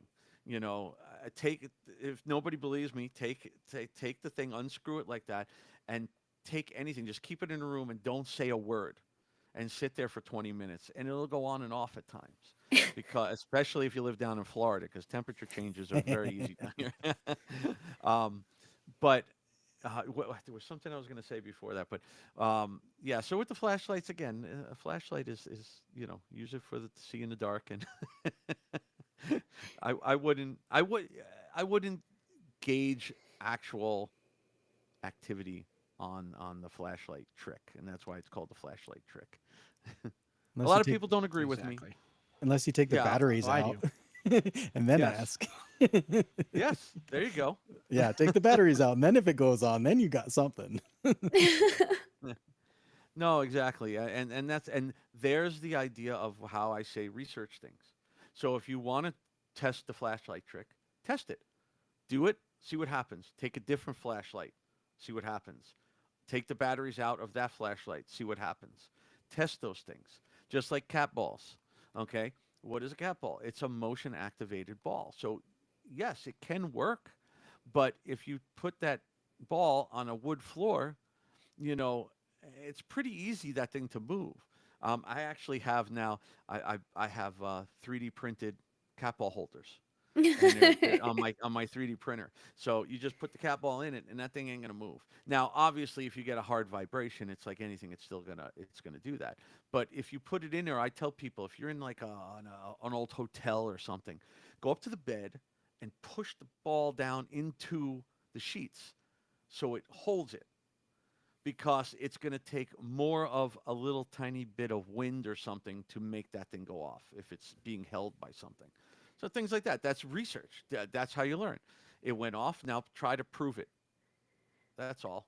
Oh, John You has know. seen me like jump all around a cat ball to see how close you have to be to set it Mhm. off. I'm like Yeah. hopping around it like a mad woman. And he's like, "What are you doing?" I'm like, "I have to know how sensitive it Yep. is."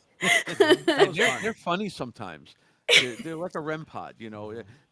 They can be. You can go over 20 feet away and tap the floor and it'll go off. And you could be right next to it and stomp your foot and it doesn't go off. So sometimes they're hard to tell with things like that. But you know, that's all. That's what it's about. I mean, it's about learning. You know, I tell people if you're going to use equipment, learn how that equipment works. Don't just turn it on and start playing with it because you'll have no idea why it went off. You know, learn a little bit about it. Now, in your demonology research and all of the, you know, over 1,000 investigations, residential alone, that you've been on, is there anything that you have learned to do along the way to protect yourself, to make sure you don't absorb anything or that nothing attaches to you or Hmm. you incidentally bring it home? Or has it happened?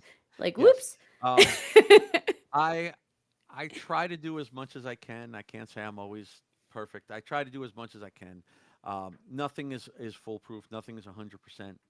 Um, I usually when I go on an investigation, I'm pretty well protected. I have things I don't have them all on me. I have things I wear that are almost everything I have is blessed by a priest or a bishop or an exorcist.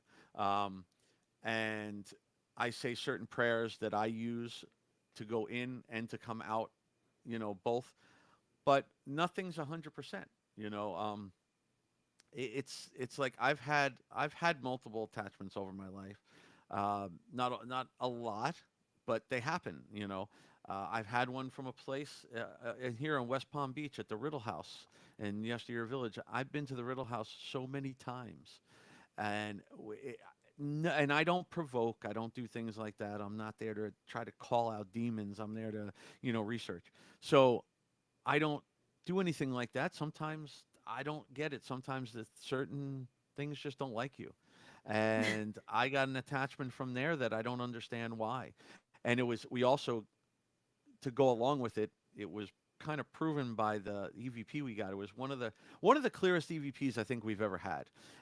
It actually spoke over the person asking the question, and we were up in the attic of the Riddle House where the guy hung himself. And they don't open the attic up to everybody, and it was open for the team war party because they, you know, they do the city investigations there, and then we get private nights with them. So they were up in the attic. It was the first time I was up in the attic, and one of the Joe from War Party was asking a question. He said, "Okay." He goes, "This guy's never been in the attic before, and he has a new device. So what I want you to do is talk directly to him." And a bunch of people had their recorders out. And the other guy, JP, his recorder, when he played it back, as he said, "So what I want you to do," it was so loud and clear, it just said, "He's dead," straight out. Everybody heard it. I mean, it wasn't even a question of, "Did you hear that? Do you know what it said?" It was pretty clear. I use it at my lectures, and I laughed. You know, I joke with my wife. I came home, you know, and then the next morning she's like, "Oh, did you guys get anything?" I go, "Yeah, yeah, you got to hear this. It's pretty funny." And she's, "That's not funny." It's You know, funny. uh, and then And then for 2 weeks, I was completely messed up. I was sick. I was having every bit of bad luck you could have. There was nothing wrong with me. I didn't have a cold. I didn't have the flu. It was a mess. I had to get cleansed and blessed and get it off of me. But so it does happen. There's really no way to 100% protect yourself. Um, you just got to do everything you can. My worst problem, and if my wife is still on here, she will jump in on this one, Oh, she's if she's on. still listening. Um, the thing I have the most problem with is when I'm not on an investigation. I just do things and don't think about it. So like, um, one when I got sick, she believes it was not just being sick. She thinks it was from what I did. We were on our way up to St. Augustine because we go up there a lot, like New Year's time, for like a vacation. And on the way up, we stopped at Casadega. I don't know if you know what Casadega, the city in Florida. It's um it's a small city in Florida. It's considered the psychic capital of the world because it has more psychics, you know, in this one little town than anywhere. So it's a very spiritual town. You go in there, they have all kind of things going on, and there's a lot of haunted stuff in there. And there's a thing in the cemetery called the Devil's Chair, and there's a lot of myths behind the Devil's Chair. So when we go, we went to Casadega because she never heard of it. So I said, "Well, stop there on the way up," and we stopped there just to get something to eat. And you know, again, she doesn't like to investigate. So when she wondered why I was pulling into the cemetery. She didn't like that. And I said, just got to take a picture for me. And she goes, a picture of what? I said, I'm going to sit in the devil's chair. Just take a picture. And she's just shaking her head. And I'm in the chair and I'm taking, just taking a picture. And then there's a little doll on the chair next to me, all like hunched over. So I took it and I straightened it out. I fixed it. She's like, No. why would you touch that doll? So things like that, because I am an empath and everything, I don't think, and I just sit in that chair. And again, it's not like it's the devil in there, but it's everybody else's energy. And you don't know, people do all kind of weird stuff at that chair. So you don't know what that doll was for. You don't know. And I just have a bad habit of, because I've been doing this Touched so it. long, I grab the doll. I don't care. But so she swears it's because I sat in that chair is why. So when we left Casadega, we had another, I think it was like hour and a half or so to St. Augustine. On the way up there, I got sick and I had a respiratory infection the entire time we are up there. The entire 7 days we are up there. So she said, yeah, all Yes. caps. Yeah, very dumb decision. See? And I got a here's the nice thing, picture. like, as soon as you mentioned the doll, I was just like, oh, please tell me you didn't touch it. But here's the I other did. thing, like the other side of that is that I can understand that. I actually like to go to cemeteries. I think they're Right. serene, they're peaceful, they're calming, and the tombstones and architecture there can be really pretty. Uh, I have been known there was a really big windstorm, and I went to Fairmont Cemetery in Colorado. It's a historical one. I went recently, and there had been like a really big windstorm. Things got blown over. Hmm. And I'm like, hold on, stop the car. And I jump out of the car to like pick up the statues and pick up the flowers. And I'm like, I shouldn't be doing this. And yet here I am. I can't help myself. Right. Well, look, I'm pretty like I just go at it sometimes. I don't think, but I don't do some of the dumb things that the myths. Look, a lot of these things are urban legends, and it's like I've been doing this for a long enough time. I've seen things that will frighten me for the rest of my life. So I know what's out there. So there's no reason to test some of this fate. Like I sat in a chair, but one of the big things is if you sit in the chair at midnight, your devil's supposed to whisper in your ear or something like that. And it's like, why? Why would you even test that? What do you think he's going to say? It's I not going to be mean, anything good. isn't the devil's hour at 3 o'clock though? So Well, yeah, yeah. I think that's a little bit of, urban legend we're no, folklore. no either. But yeah, that's the myth behind this thing. Look, I Either love, way, don't test it. Like yeah, we don't there's need the no devil reason. to whisper at us at any hour. At least I'm I good don't know. friends with David Sloan, who's the caretaker of Robert the Doll down in Key West. I've been down to see Robert the Doll many times. He's the most haunted doll in the world, and he's great. And as long as you're respectful to him, he's fine. But why test it? There's a lot of myths behind it, like you don't be disrespectful. You have to ask permission to take his photo, things like that. So I tell people all the time, is it all real? Even David will tell you he doesn't believe 100% anymore about the asking permission to take the photo, but it's more of a respect thing. But why test it? The amount of stories I've heard from people at my lectures and stuff, everything from the slightest little thing to people dying, are they coincidence? Most likely, a lot of them could be, but you, like David said, on top of the fact that there's believed to be multiple things attached to that doll, how many people are in there every night investigating with that doll, talking to that doll, bringing their own energy in? So Germs. there's a lot of stuff going on in there, you know. So why test that fate? And even if you don't believe in it, like dolls don't do it for me. I'm gonna be honest. Yeah, Like Annabelle, Robert, I don't believe they can curse me. However, like it's a respect thing too. So yes, if I go into someone's house and they're like, "Hey, this is what I believe. This doll's sacred to me, whether I think it's evil sacred or like blessed sacred. This is sacred to me. This is how I want that to be respected." Like, right, that's not my house. I'm going to respect your right, doll. Like, sure, I won't do that. And, if it's like, well, that's kind of kooky to me, well, why am I in that house to begin with? Like, it right. just, it's respecting the rules of the space that you're in. And Yeah, if it's like, hey, the doll thinks that, or I think the doll's going to curse you if you take a right, picture of it. Well, you know what? I'm just going to respect you don't want me taking pictures of your doll, and we're right. set. Yeah, there's no point in testing it. That's what I say. There's no point at all in testing that theory. I could tell you things from when I was little. Like I said, nothing. Most things did not scare me back then. Even when I was real little, I watched horror movies. I did everything. But there's still things that do you really want to know, like Bloody Mary, games like that and things like that. How many times I've said it twice.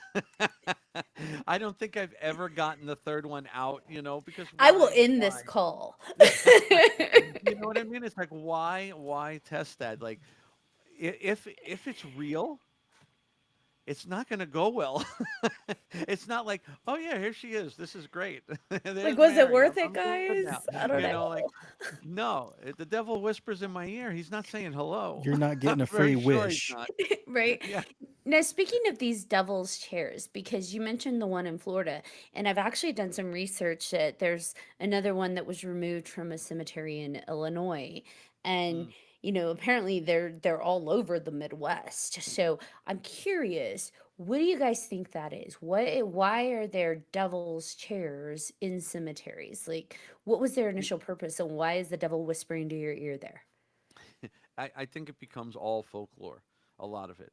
I think most of it starts like I don't remember the full story of the chair, the devil's chair in Casadega, but the the I believe it was some of these were built where, let's say, a husband and wife, and the wife died or the husband died, and they had this built in the cemetery so they could sit there and visit with their loved one, with the tombstone, instead of just having a tombstone or things like that. There's many different, I think, reasons why these things were created, but then they just take on this whole, lore of these urban legends. And again, some of them could be true, part of it could be true, but they all start playing like the telephone game. They all take off and go into a whole a whole new realm of what could happen. Like they tell you, you put an unopened beer at the devil's chair, and the next morning it will be opened and empty.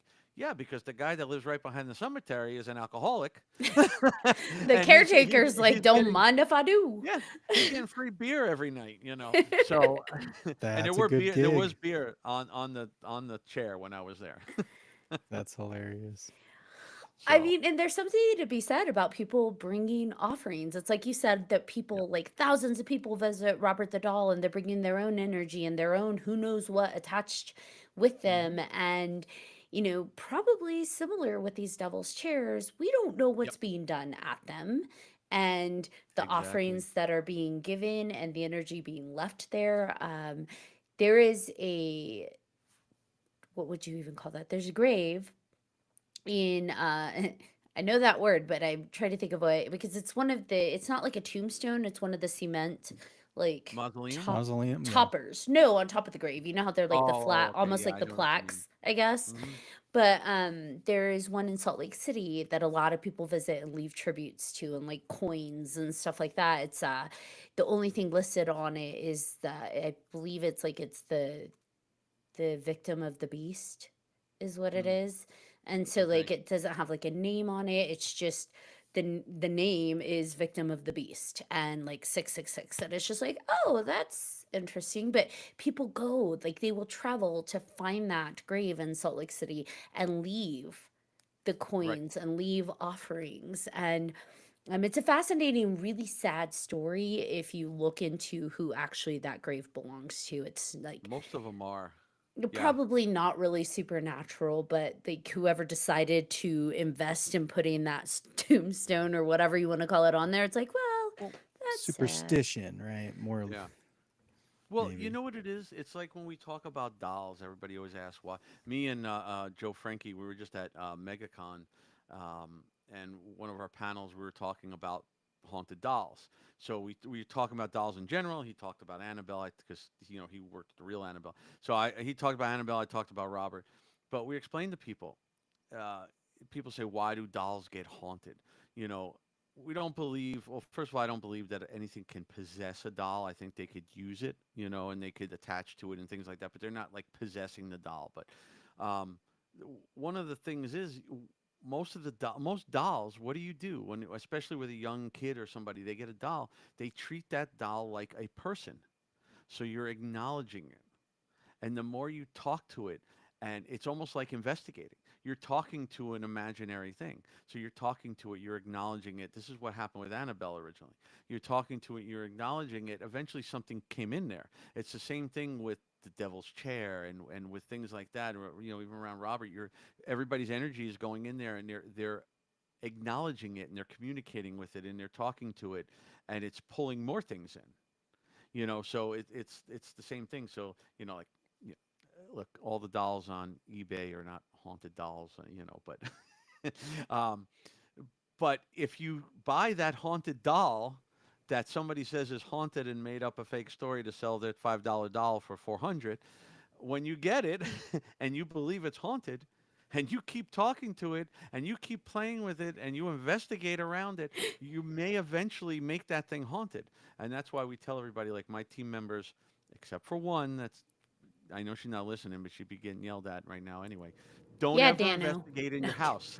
Yeah, don't investigate in your house. I don't use my equipment in my house because you're gonna eventually pull something in because what we're doing is communicating. So don't do that. I'll test it, make sure it works, and then I take it out of the house. My wife will kill me anyway if I start pulling that stuff out of here.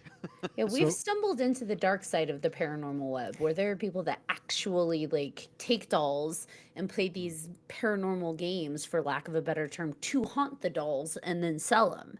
And Oh it's yeah. just like, that's awful. You're Mhm. trapping spirits. That, Like that's if it's working, you're trapping spirits. And that's the other thing with the locations. Like once you hear devil's chair, guaranteed at every one of those devil's chairs, there have been Satanists doing rituals because that's what happens. And that definitely does not bring good energy around the area, you know, because they're not doing it for good. they need to work on their PR for the area. Just adjust it a little bit, then it'll become the chair of flowers, and Yeah. then Do some people just bring do some flowers. research on the Devil's Tree in Port St. Lucie, Florida. We go up there all the time. It's a pretty interesting story, and that's what happened. It's the whole. There was a serial killer, and it started with a serial killer, but then everybody started doing satanic rituals and all kind of things around this tree, and this tree has very bad energy. There's one in Savannah, Georgia, too, that was like the hanging tree, and now they call it like the demon tree because of I think everything so. that Yeah, yeah, happened yeah. there. There's Yeah. But words can be misleading. You have the devil's chair, but yeah. then like they talk about the St. Andrew's cross, and that is not a holy thing.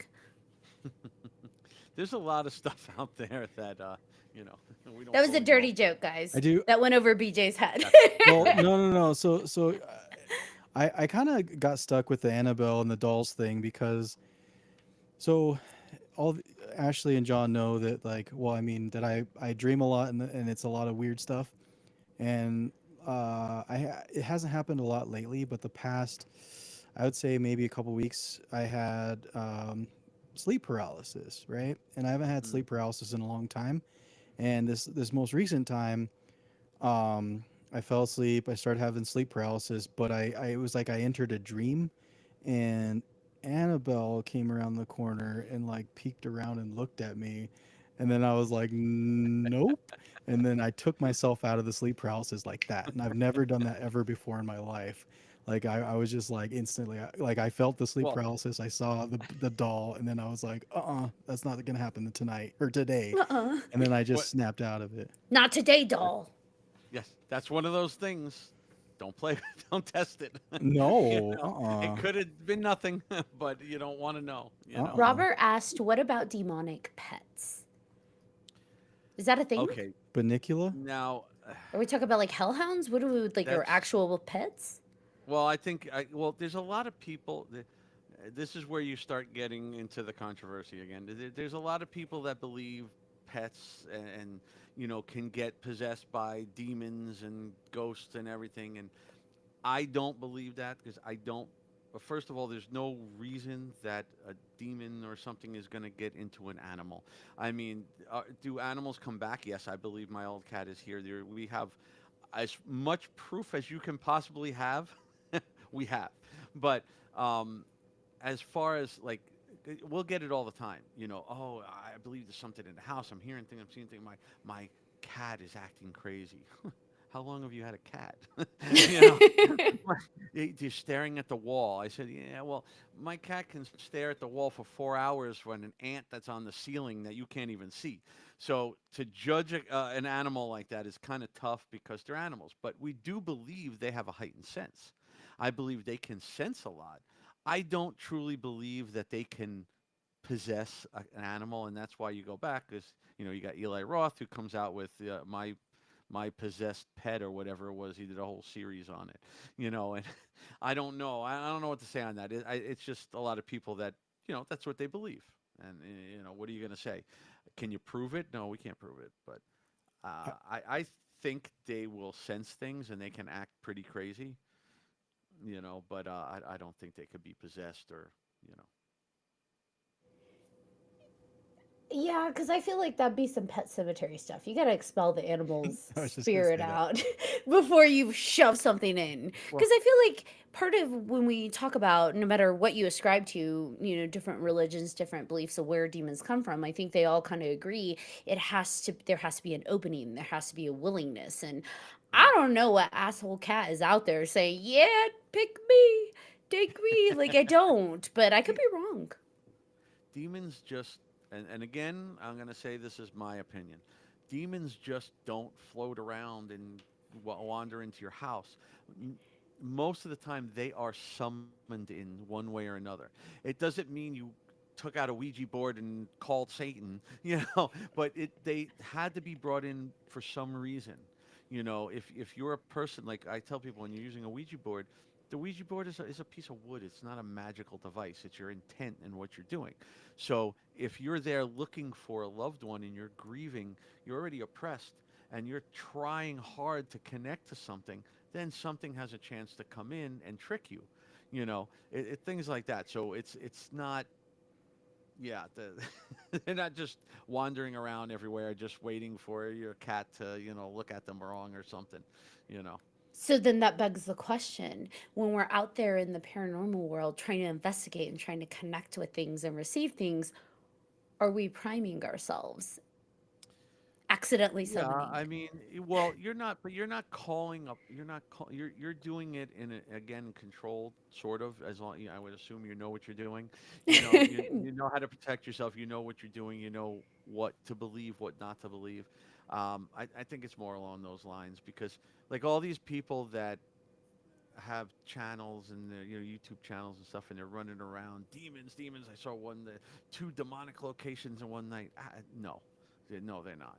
They, a spirit can a spirit harm you? I don't believe they can harm you. They can touch you, maybe scratch you or something, but they're not there really to harm you at all. But I say this: if you know somebody who is a cranky old person in life, they're most likely a cranky old person in death. So I would say more of just, not very friendly people. But a demon is there to harm you, and it's a completely different thing. They're not just floating around in the area looking. I don't believe that. I know there are a lot of people that do believe that they could come in anywhere, but I believe they have to be brought in one way or another. Now, we have gone pretty far along, and I don't want to keep you too late. However, we like to wrap up our episodes, especially because you mentioned it earlier. You grew up on horror. We love to wrap it up with our friends that we know enjoy horror Yes. with the one question: what's your favorite scary movie? Now I gotta jump back to one thing because I remember what I was gonna say before. I couldn't remember. We went off. I'll go off on things. Oh, no, please When you do. were, when you were talking about shows, the TV show Evil is the best show I've ever seen. That Yeah. goes along with what we do. It's so Now, of good. course, Yeah. it gets a little dramatic with the actual demons walking around, like the way they do it, but that is extremely real. I was watching that. I hadn't watched it until like the last season, and then I started watching it, and I'm like, holy crap! How did I not watch this before? It is so, they have the forensic psychologist, the guy who's the scientist and the tech guy, and the priest, and it is absolutely what real investigators do. I love that show. I wish they kept it going. I don't know why in the world they stopped it, you know. Yeah. But now, if you go back to just scary movies, it's hard for me to not always choose the original Halloween as my favorite. That's It the theme really this is. I year. mean, I have a million. I love Trick or Treat. I of course love The Exorcist. The Exorcist was the only movie ever that scared me when I was young. Oh, that scared And the I hell joke out of about me. that because how the hell did I transition to what I do? I don't Stu- know. But studying um, demonology. yeah, I don't know. I watched that, got scared, and said, "Oh, I gotta go try that." I don't get it. But no, I mean, I love. I'll be honest. I love all types of horror. I love really good horror, psychological horror, gory horror, stupid horror. I grew up in the '80s, so I've seen a lot of stupid horror. you know, um, and I love it all. But yeah, I always go back to the original Halloween and the original Friday the 13th. Those because they have meaning to me because I grew up on them more. And like Friday the 13th, one of the cool things I had is growing up in Jersey back then. I was a Boy Scout, and we used to go to Camp Nobi Bosco, which is where they filmed the original Friday the 13th. I used to sleep in those cabins all the time before it was really out there known what it was. We would go into we knew, I mean, I knew as a horror person, but when you would go in, they didn't advertise it like they do now. Now they promote it and they have Oh sleepovers, yeah. and they Of did course. not talk about it back then. You went into the front store, it was a little general store where you could buy candy and stuff like that, and they had the original sign in there, "Welcome to Camp Crystal Lake," that was in the front of the, thing.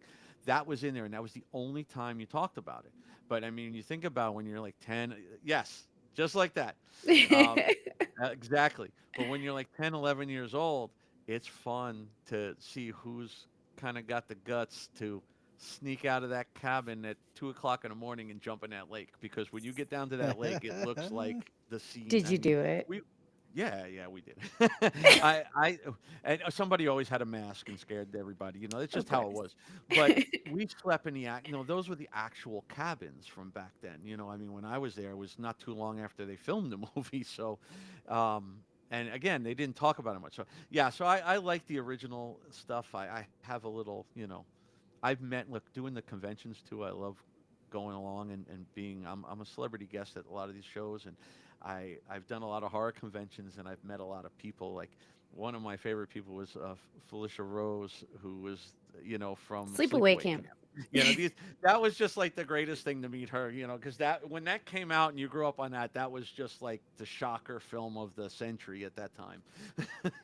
I love that she does the photo ops now in Yeah. like the full end scene. I don't want to give away spoilers, even though it's like Yes. 20 Yes. plus years old, but that she does the full She's costume Naked photo ops. scene. It's 18 plus. You have to yes. be 18 plus to do the photo Yes. op, Yes. but it's She's hilarious. she's really nice. Most of the people I've met out there along the horror, John, they've been so nice. I did with her also. It was a Phantasm Horror Convention a few years ago in Orlando, and they had Night of the Demons reunion, the original one. So they Oh, had, I think, six cast members, and the guy who did the special effects and the producer and everybody was there. So it was a lot of fun. There are a lot of nice people you meet, and they're fun, and you talk about some of these old things. But well, I want to hear what are your favorites? The Lost Boys and Fright Oh, Night. well, yes, Lost Boys. Yeah. Lost Boys. You have to. You have That's to. just a given. That's just a given. Thank you. Yeah, But definitely love Fright Night. That's a top for me as well. sure. Ashley likes her vampire stuff. But I I mean, also love I do too. Hellraiser. Hellraiser's a number. Like you can't see my walls, but I have pinhead art, and I Mm, have um, a configuration somewhere around here, like a music box, but it's metal, and so it's right. etched metal. Oh, it's so lovely. But yeah, I I'm have all about it. I have an autograph from Doug Bradley from wow, it was must have been maybe 2 years after the original film came out. It was at Hmm. the Chiller convention up in New Jersey when I was just going as a a fan. um, yeah. You gotta love Hellraiser. I was lucky enough to I work in the convention circuit, but I was lucky Mm, enough to be at a Days of the Dead a long time ago, and they had Doug there. They also had Ashley, and so I got some pieces signed, and that's right. where I got the music box, and yeah, some of my happiest pieces. Yeah, I've met some great people. Most of them, for the most part, they're such nice people, and they're just I just enjoy doing it. You run into one or two every once in a while that kind of ruin the Right. experience for you, but We you know don't name those we Voldemort don't name those, never, characters. not on air at least. But Once we hit stop. Just kidding. This is mine. It's Nightmare on Elm Street. So Dream uh, Warriors. and the Dream Wars for 1 and 3, yes. And yeah, this was from Heather. And see she's now amazing. you know who I love. I just love what he does, and you can hear it in his story when he talks about it. Kane Hodder. Oh God. I love how talks about how he started going to the conventions and everybody goes, "Can you choke me? Can you choke me?" He goes, "So I started really choking them. They're not able to breathe, and I got in trouble. I can't do that anymore." And he said he used to grab them. He goes, "You want me to choke you? I'm going to choke you." And they're trying to take the picture, and you could see the fear in their They're faces because struggling. they're really being choked. That's hilarious. I love that. But how many people can say I got choked by Kane Hodder? Very true. And live to tell about it. John Thomas, favorite horror movie? Well, mine, I do like the Scream series, but Like, Nightmare on Elm Street as well. Okay, I love it, but yeah, just a little bit. But yeah, that and Nightmare on Elm Street for sure. Yeah. I'm Yeah, clearly a Freddy. Oh, you can't see it, but I'm clearly a Oh Freddy yeah. fan. yeah, If you yep. if I you know. I can got actually Ghostface. if you can actually see what's back there, those are all horror pops. Oh, that's awesome. Oh my Horror. God. I was Oh, wondering what all there's that was. also It's a whole there's also an wall. Annabelle and a Yep. Robert. I Sam did see says Annabelle. I did Kane see takes so Annabelle. much joy in scaring fans. He really Yeah, does. He loves it. That's yeah, awesome. no, no.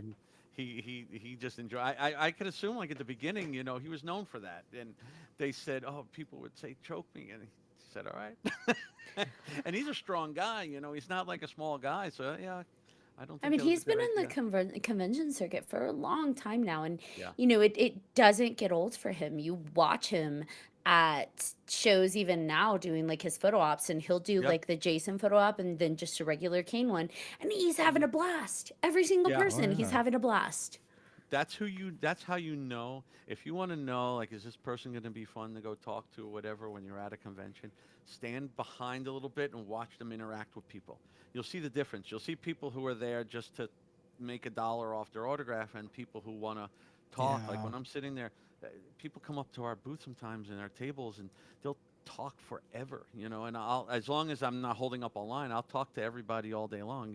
It's that's what it's about. I like talking to the people and answering their questions and taking their photos and whatever, but it's you have to enjoy it. Some do and some don't. Yeah. Now, Bill, Yes. you've been a phenomenal, amazing guest. Where can our listeners and our viewers and everybody that's tuning in and will tune in find out more about you? So the easiest place is my website, which is simple, billslevin.com. It has everything on Facebook. You could find me there too. It's I try to post everything where I'm going to be on my website. So I have a news section and I have an events calendar. The calendar isn't always updated as good. The news section will normally have it. Like I'll be at March 15th, so in a week and a half or so, at Sunrise Comic Con here in Sunrise, Florida. I'm a guest there from 11 to 6. I have a panel at 2:45 in the theater, and we'll be talking about a lot of this stuff and be talking about some of my demonic cases and things like that. So it's a lot of fun, and I try to get around as much as possible. There are going to be a lot more things this year. I don't have a lot of them confirmed, or some of them I can't even talk about yet. So just keep an eye on my website. It's the easiest way, or on my social media. I'm bad. Oh, also this year at some point, my YouTube channel will be coming out. Now, Woo! I've been yelled at for years by friends, family, fans. Why don't I have a YouTube? I don't have the time. That's what it was. So, and I'm not going to do just a channel that looks like, Ghost Hunters. It's not going to be like that. I will do some investigations, but we're going to do educational stuff. We're going to do live interviews with people because I have, good connections and friendships with people like David Sloan and, a lot of people in the industry that people want to hear from. So we'll do live interviews. We're going to do investigative stuff, historical stuff, actual investigation, all kind of different things. It's not just going to be weekly, come yell demons and watch me scream and run out the door thing. But can we yell demons? We can every once in Okay. a while. Awesome. Great. Just for fun. Yes. Like, it's keep people on their toes. Gotta have a little demons. A little bit. That's gotta be a t-shirt. You gotta have a little bit of demons. Just a little demon. Just to keep things spicy. Right? Bill, this has been amazing, and I'm sure I can speak for the guys. We would love to have you back on again when, because I feel like this Let me conversation know. could go on and on. Yes. Anytime. I love being on. Thank you so much for having me. Yeah, absolutely. Guys, do we have any final thoughts before we wrap this awesome episode up? Just thanks for coming on. Like I appreciate your insight, especially when it comes to like the technical side of the paranormal investigations.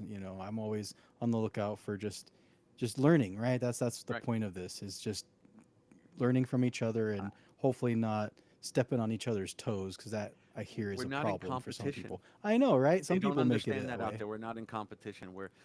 I learn from people every day.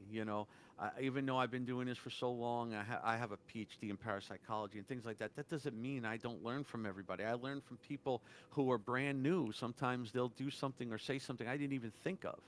Or they know something I don't know outside of there's so much to learn from, and that's what it's about. It's not competition. It's ridiculous. Yeah. I mean, there's enough ghosts and demons out there for everybody. First of all, residential investigations, we're nonprofit. We don't charge a penny to do what we do. So what is the competition? I'm not stealing your money. you know. Although I may be stealing your ghost girlfriend. So, Yeah. Bill, I really appreciate you coming on. And again, would love to have you on again.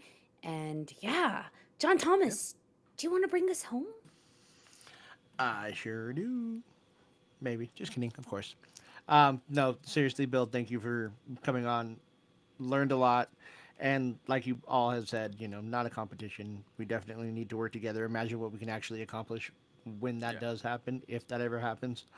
So thank you Yeah. for your insight, like BJ said as well.